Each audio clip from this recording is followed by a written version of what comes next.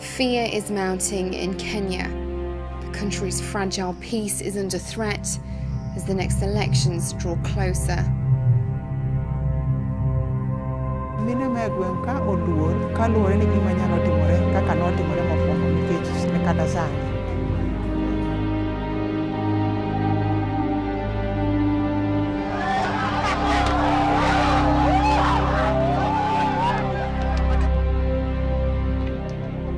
In 2007, post-election violence swept across the country. 1,500 people were killed. Over 500,000 more were forced to flee their homes.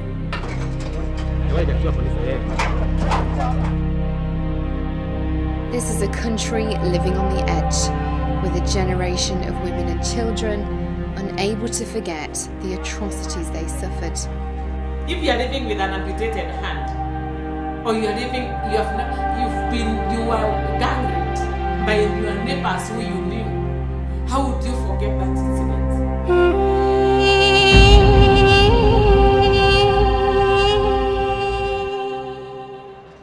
Nairobi, one of sub-Saharan Africa's most developed cities and the country's political hotbed. Kenya gained independence from Britain in 1963 with Jomo Kenyatta as its first president, followed by Daniel Moi. But in 1992, Kenya held its first multi-party elections, which were marred with violence, and politicians were accused of fanning the flame of ethnic tensions for political gain. All through since the 1992 elections, since when we started the craving for multi-party democracy, there has always been violence during elections. Castigated, of course, by those people who want to go to parliament and sometimes by the government itself, because they want to remain in power. It's a divide and rule political system that was introduced to us by the British, and the Kenyan politicians have perfected it. In 2002, Mwai Kibaki was elected president after promising to finish decades of corruption, tribalism and persecution. The same president who was secretly sworn in and forced to deny allegations of fraud in his 2007 electoral victory over Raila Odinga.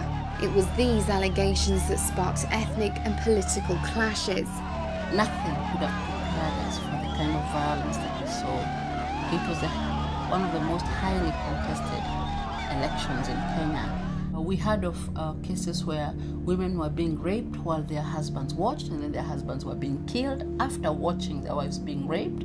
Tensions reached breaking point when a church in Eldoret, sheltering 200 people, was set alight. Around 40 people were burnt alive. Peace was reached through a power-sharing agreement between Kibaki and Odinga, brokered by Kofi Annan in February 2008. But to find out the real cost of the violence, we're heading to Kibera, southwest of Nairobi. This is one of Africa's largest slums and one of the epicenters in the post-election violence. Mile upon mile of shantytown houses over 1 million people. We meet Asiama Ismail, a rape counsellor. The moment the presidential results was announced, then that was when hell broke loose. There is a group of women who are actually violated, and they are victims. Some of them have learned to live with it. Some of them are still traumatized. Some of them are undergoing counseling therapies. Others were even just young girls, maybe 14-year-olds, 15-year-olds. Mostly it's the women and the children who are affected because they could not run.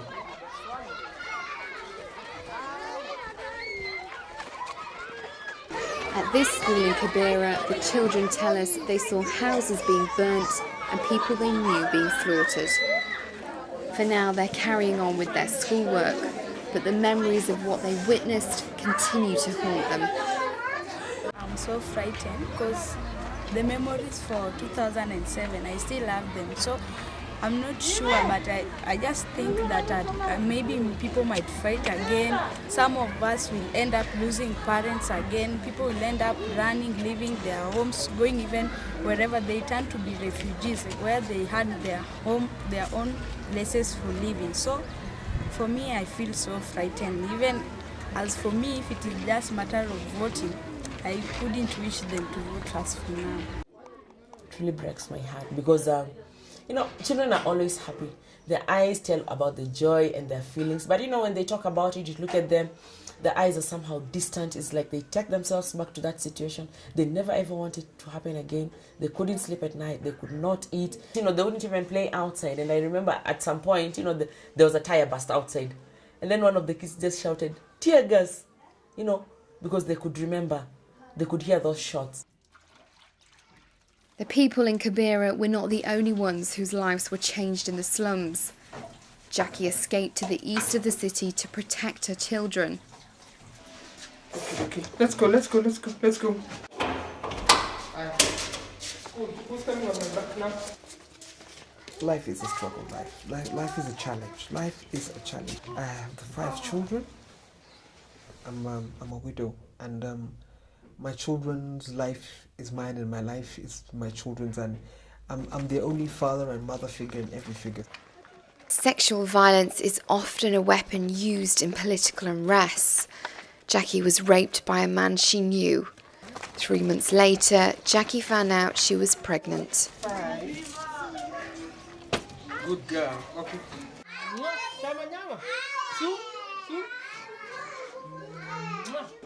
See you.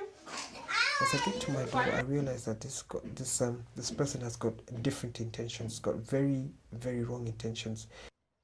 So he beats me about, he slaps me, and then thereafter molests me. And all this time the children are in the bedroom. They're sleeping. The first girl has already been to school, so I've got the other 3 children, the 2 ones in primary school and the baby. And I think to myself, I don't want them to hear this. I don't want them to see me in this position. I wouldn't want them to see me so compromised. And so I bury it. I bury it, of course, with the minimal amount of screams and retaliation. And after a while, of course, I get up, and there's a door in between the sitting room and the bedroom. And so I close the corridor, and I go to the corridor, and I sit there until it's morning. Jackie fears that it may all happen again. I have actually heard that in tribal cliques, people are preparing themselves. Whether the government wants to hear it, whether the government won't hear it, but that is the reason on the ground. And as much as they would try to suppress it, it really is happening. We're heading west to the internally displaced person camps, known here as IDP camps. We've been given access to meet some of the women and children who fled in terror from their homes. So we've reached Nakuru. We've just come off the Nairobi-Nakuru road, and we're heading into the Pipeline displacement camp. We've been told there's 18 displacement camps still spread across Kenya 4 years after the elections. 3,500 people live here. These were supposed to be temporary shelters, but the government's plan of resettling the IDPs hasn't happened.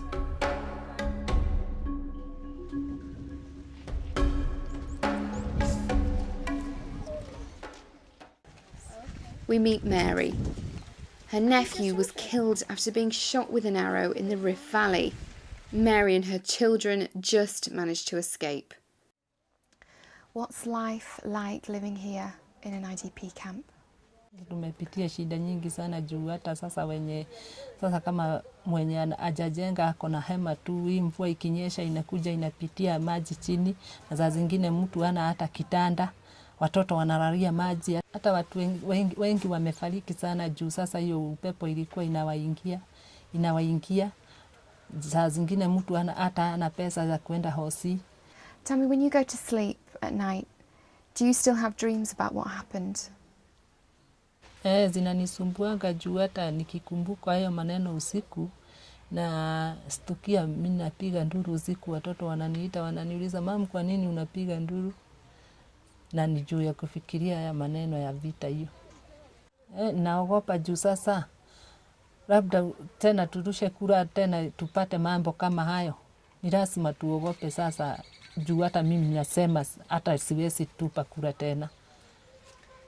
Kuhusu vile zinakuja, kuna wakati mwingine unapima, unaona ni kama hakutakuwa kuzuri, Wakati mwingine unasikia wakiongea vile wanaongea sasa, unasikia ni kama kutakuwa na maneno.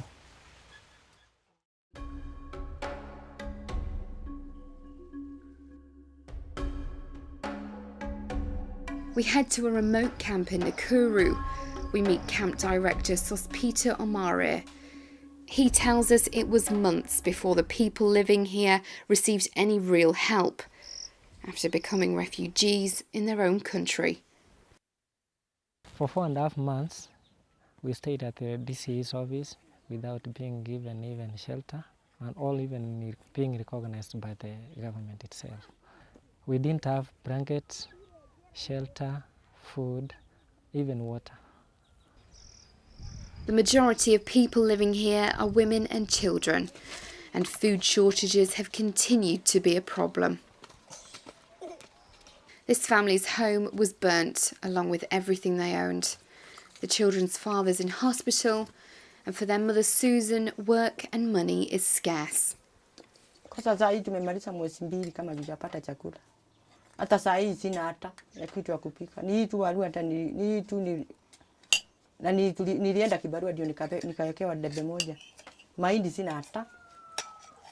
Nikiona chakula ni kidogo mimi nawapea. Kama jana ni si kukula, nikaona wakule. Mimi nikakaa hivi. For Rachel, there's only one mouth to feed. Her eldest daughter recently died. Rachel believes it was as a result of the traumas they'd suffered.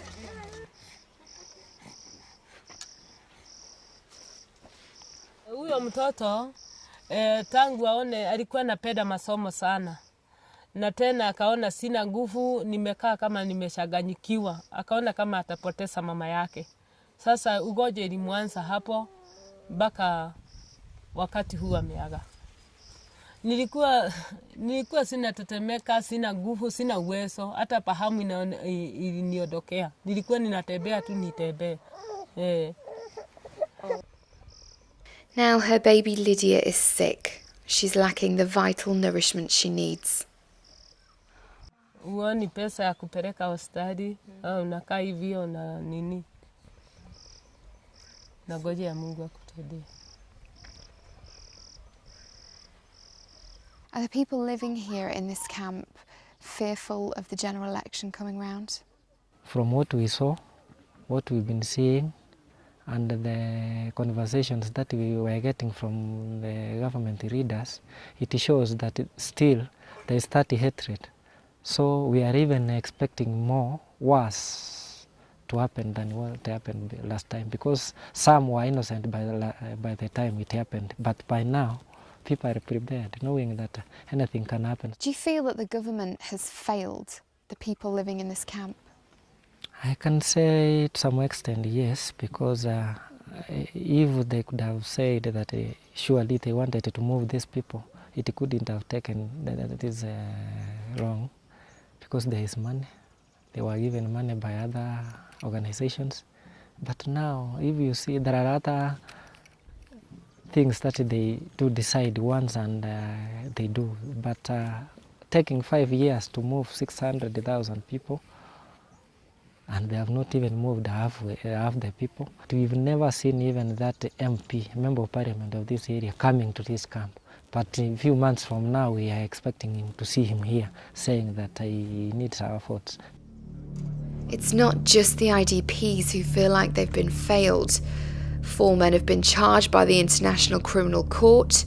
2 of these men are presidential candidates, but others will never face punishment. I don't think there is any justice, because some of those who are arrested were released in the name that there is no evidence. We all know there is evidence, but then there are some senior people backing them up. There are so many. It's not only there 4, it's not only there 6. Forced relation violence was organized by groups of people. You find that a lot of the victims worry about justice, worry about, so who will ever fight for me? Who will ever find out what happened to me? will I ever be called to any stand to say what happened to me? Many women worry that no one will fight for them. These women have been campaigning for peace since 2007.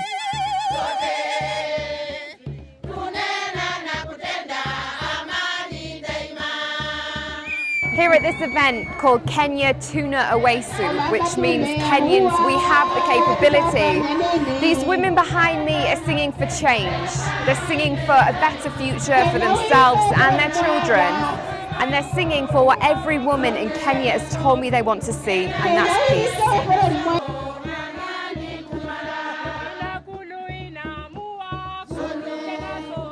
We have women whose properties were destroyed by people they even knew.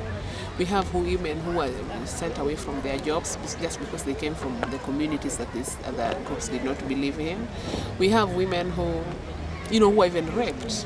We have women whose children were shot. In fact, in our group, we even have a woman who was shot, and she was shot right inside the house.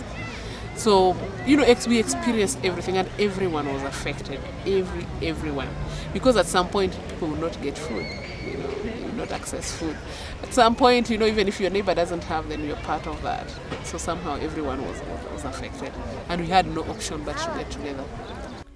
The failure of the government to prosecute continues to cast a shadow over the elections and Kenya's democracy. As we reach Kisumu, we see just how severe the suffering's been. In this church, these women gather weekly to support each other and pray for peace. The violence that they experienced was horrific. Half of the women in this room tell us they were raped. Kanyo ne ntiere jomoko, chuo moko, nochung' kanyo, to kanyo moyude ka mon moko ni repo kanyo. Me mon ariyo, toyudo kosetho life. To dhako achiel nindo kode gi chupa. Bang' second abich, kodimnwa, to ne achiel kuomgi nodhi omaka, mondo koda ma an notwang'a usi auchiel. E seche mano onid koda nero, to nonid koda gi chwo adek. Pascal ne nitie chuo moko mane biro bang'wa mane ringo kono kaka nitimo koda richo. Ne gitemo chodha, ma gitere osiptal nitie machiegni kanyo. A daktari no nanduko ma kata law na onge godo. Daktari manogolo koti ma white chande, to timang'owa omiya, to twang'a. Then nomiya tablet moro nitie kanyo manomiya sechego namuony mondo kadiponi nyalo bed gi tuo mar okimi. Sylvia still bears the scars of her ordeal. Her husband was murdered during the violence. Koro eye kanyo asebed gi chandruok kata sechegi aonge ot. Arent masogo koth goya gi nyithindo anya gi wuoda manosetimo form 4 manoyudo B+ e ndalo ka indi tich otamre kaka oyud tich onge. Anyaka gi nyako maduong' manosetimo 8 kaka dhi secondary onge. An makod gerent. E seche manyisi ni ane chandruok mata matres mwach ni ji ninde an aninde par. Man jo kanisa ema konya gi lewni, konya gi chiemo. An gi chandruok mang'eny. Is there anything positive going to happen to prevent the next elections having a violent repercussion? If not, can you imagine that woman have to go through that same experience twice or 3 times?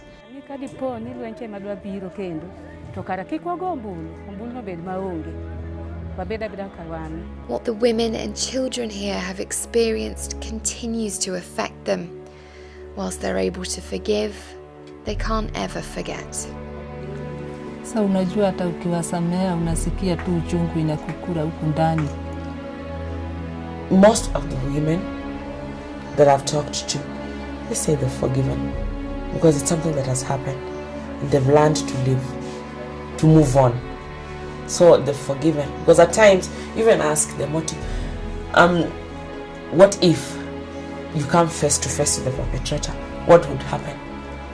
I remember another woman just told me, I always pray that God changes this person so that he never does that again to somebody else. Ana sewene richone. Ng'ano manotimo na gino na sewene. Makwani Nyasaye bo medwene mang'eny. Koro ebendo oyud mana warruok e chunye. Do you think women have forgotten? No. It's hard to forget. It's really hard to forget.